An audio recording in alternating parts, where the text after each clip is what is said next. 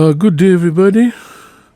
I am Leonid Knizhnik, and the current lecture is dedicated to World Wide Web. We spoke in the previous lecture that Internet was created in 1963 when Caribbean crisis actually jeopardized the existence of the world. Two countries, United States and Soviet Union, were ready to create nuclear warfare, and thankful to the President John Fitzgerald Kennedy, this warfare was not happened. So Internet provided the system of telecommunication, which is extremely reliable, extremely fast, and can withstand different situations even when one of the nodes or one of the communication center is down and cannot work.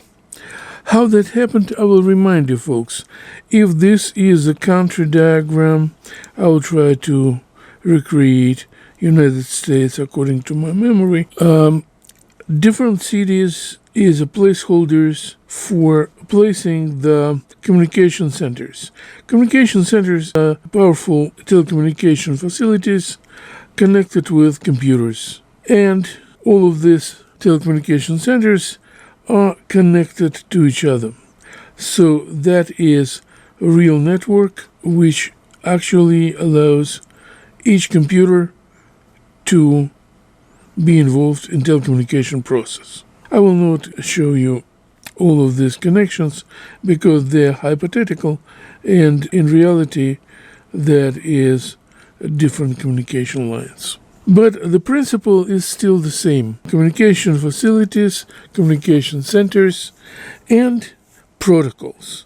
We spoke about protocols, folks. Protocol is something that program these computers about how to behave online, meaning how to shake hands with the nearest computer, how to declare itself as a new guy in a block, and how to send and receive messages. This system actually has a name as communication of packages. Why it's communication of packages, folks? Because to make the transmission quite short between two computers, the big document that actually could have many pages, like a book, transformed into the small shredded cuts of the document, fragments, and every fragment's named package. Packages go through the entire system, and they could go with a different path. Number one could go to the north part, number two could go to the south path, number three could go to the middle path, and so on and so on. Eventually, if we have computer that playing the role of the addressee or destination computer, it will have all these packages together. After this, they all will be integrated into the source document. So source document could be recreated and the addressee will be able to read it. This system worked very good with the textual files, and it actually created and sharpened for the situation where country actually in a warfare. So it's very reliable and provide telecommunication between parts of the Army, Navy, aviation, and so on. But folks, in a peaceful time, we can consider that some of the capacities of the informational storage of these computers actually not in the 100% use. So, informational storage, folks, it's a hard drive, because we're talking about servers, and server still use magnetic HDD, hard disk drive. And you know that these computers actually sitting online, so they are servers. But to get connected to this server, you need to have a workstation. Workstation is a personal computer that connected to this server Actually, it could be sub-server which connect local area network, and if you have this computer home, that will be part of your computer. The sub-server will be your internet provider, like Optimum Online and Prodigy and AT&T and so on.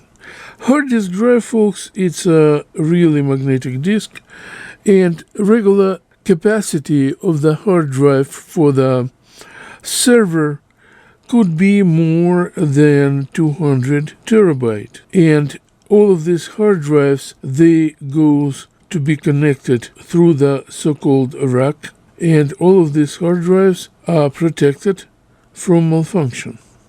This connection, folks, named RAID. A little later I will tell you what that abbreviation meaning. The capacity of the storage is not in full use.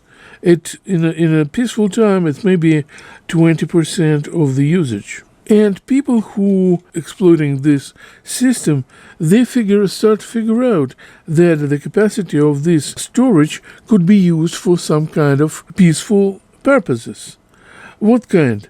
We can put the library on these hard drives, so that will be library. That could be information about government. That could be weather report. That could be information that people can exchange. Actually, that could be any information, such as social network, scientific information, military information too, military, technical, and actually everything. But in this case, when we put this information on the hard drives, on the storage of this network, that will be questioned, how to find this information. And thinking about these computers, servers, they are binary devices. So every computer here is a binary. And information on these hard drives, even if we use more than 80% capacity of these hard drives, that will be binary. So online and facility for telecommunication also provided binary information. So people who try to use this for the human purposes, they first consider that they need to contain binary information and convert it to the human understandable. Then illustrations, binary pictures. Binary pictures must be displayed for people on the screen in color. Textual information from binary must be decoded. So binary text from ASCII encoding and Unicode encoding must be go to regular text. But that's not all, folks. The most important thing, you need to know how to find what you need. How to find what you need. Of course, you can create yellow pages. But folks, can you imagine if we have 2 billion nodes like this, 2 billion computers, and that will be overkilled information about it? So yellow pages will be entire library of Congress. So we cannot do this. And I will tell you what's happened, folks, when enough information was placed in the network like this. People find the solution for this situation. What kind of the solution? They create program named search engine. Search engine actually, it's a database which can analyze every server online and collect information what actually is placed on the storage device of this server. But this search engine also the program for server, so it's located on servers. But to see information in the local computer, a local computer must have another program, and this program named browser. What is browser? What are the functions of browser? First, of course, it's connection to internet. Second, it is conversion from the language of the internet to the human language. And number 3, it's also player for sound, music, video, pictures, and so on. Folks, the first ever browser that was created was CompuServe browser named Mosaic. That was in 1993. But then browsers captured the attention of programmers, and that now is a lot of browser. One of them is Internet Explorer, another one is Mozilla Firefox, Mozilla, another one is Chrome, and many others. So browser belong to local computer. That is a local computer. And usually it's free. So folks, search engines and browsers and information that located on the shoulders of the hardware over internet, now named World Wide Web. What's World Wide Web, folks? Because what is the World Wide Web? World Wide Web is the system of informational delivery, system of informational storage and access. So this is informational delivery tool, World Wide Web. But what is the difference between World Wide Web and Internet? Internet is a technical telecommunication facility. It's a system that allows to deliver information fast and reliable. And World Wide Web is a system of getting this information, request for this information, saving this information, and using this information. So browser allows you to use, search engine allows you to find. What kind of search engines we know? Folks, the most reliable is Google, of course, Google, but also AltaVista, Yahoo. All of these search engine, folks, when you use them, they provide you with a window for request. So you place your request here, and through the few moments, you will get answer about what you ask. Of course, that answer will be in the browser window on your computer. Browser window. Search engine by itself actually cannot display answer. Everything that you can see coming through the browser. So browser is a big translator from the language of the internet and www to the human understandable format. Now, folks, what is the main language of World Wide Web? It was created a long time ago, and this language named HTML. HTML, or Hypertext Markup Language. What kind of language is this? It can be described as a textual pieces, like this, text, and hyperlinks. What are the hyperlinks? But folks, to explain what is a hyperlinks, I need to get step back to go and explain that all the computers online actually divided with IP addresses. It's like telephone number of this computer. Typical IP address looks like this: 112.061.68.004. Something like this, like telephone number. And of course, this is unique IP address. So, if the text is sitting on one of these computers, one of these servers, with a IP address that belongs to this computer, and this is chapter 1, which actually you read already, chapter 1, and you need to see chapter 2, so this link will tell browser to go to different IP address. If this one is IP1, that will be IP2, and that will be another piece of text displayed on your screen. So hyperlink provide go-to function or jump function. From where to where? from the computer with one IP address to the computer with another IP address. Can it be a third? Yes, definitely. If you finished with third chapter, so in the second chapter, chapter 2, then you can go and tell browser to display chapter 3. Can I go back? Yes, browser get this function to go back to this and to go back to this.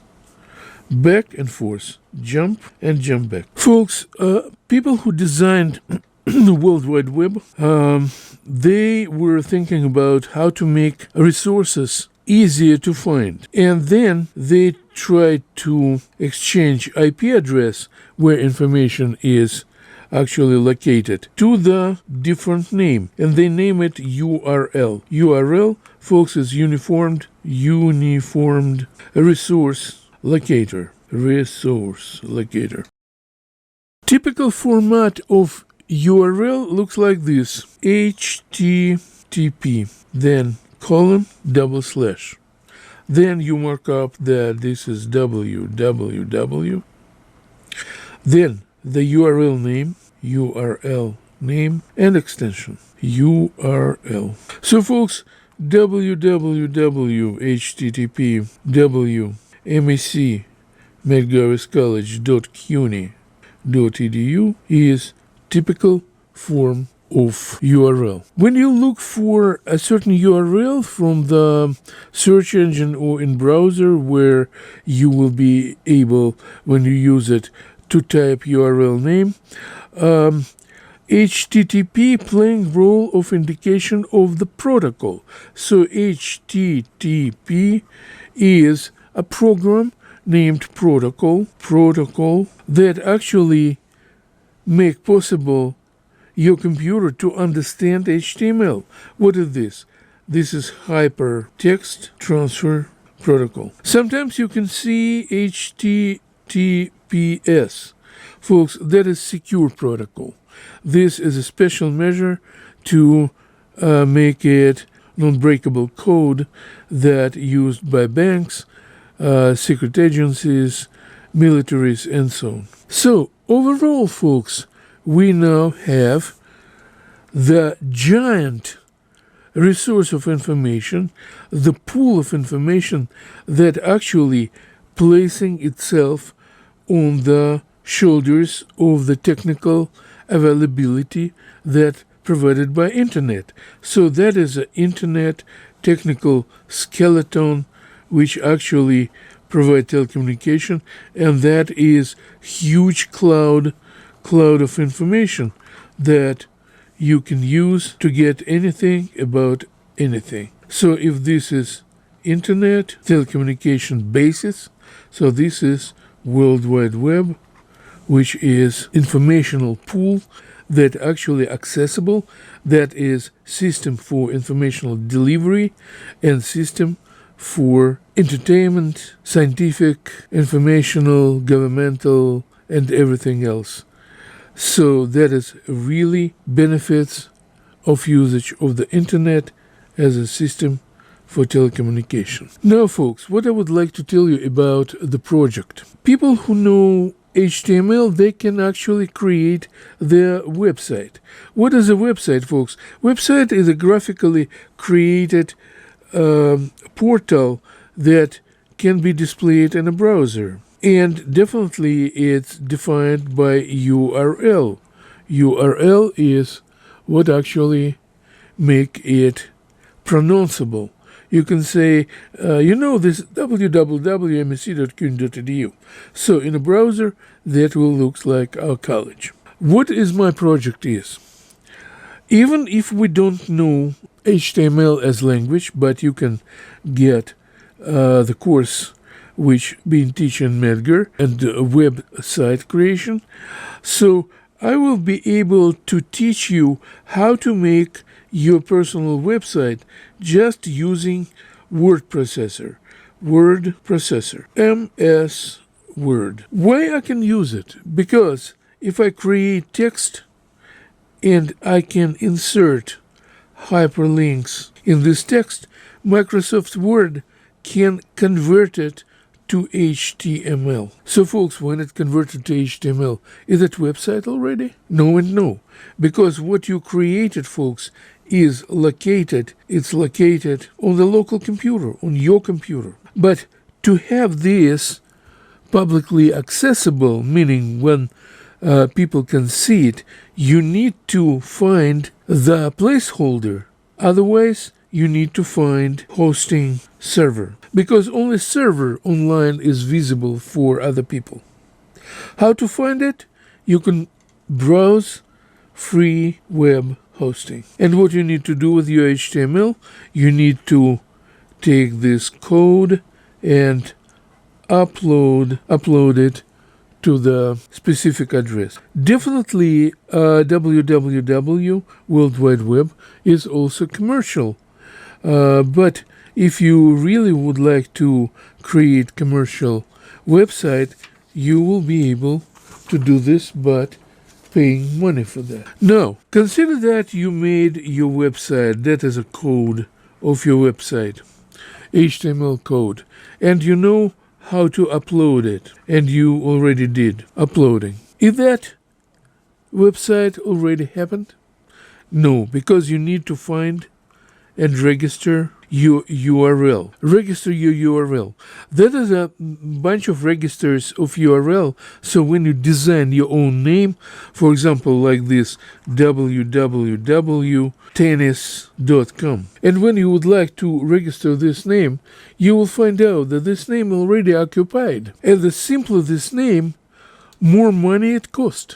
Folks, that is a big problem now, because people who named internet squatters, they registering names and then they put it on sale. So if you would like to get the name, you need to think about something original. So when you upload, register your URL in the internet www register, then you can consider as an owner of website. The technology of using of MS Word in a case that we need to create HTML file will be described later.